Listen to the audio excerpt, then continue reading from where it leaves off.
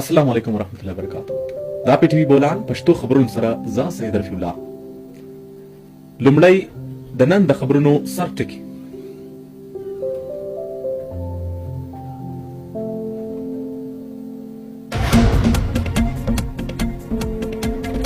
مسلم لیگ نون، پیپلز پارټي، ایم کیو ایم، استحکام پاکستان پارټي او بی اے پی په وفاق کې د اتحادي حکومت جوړولو اعلان کړی دی.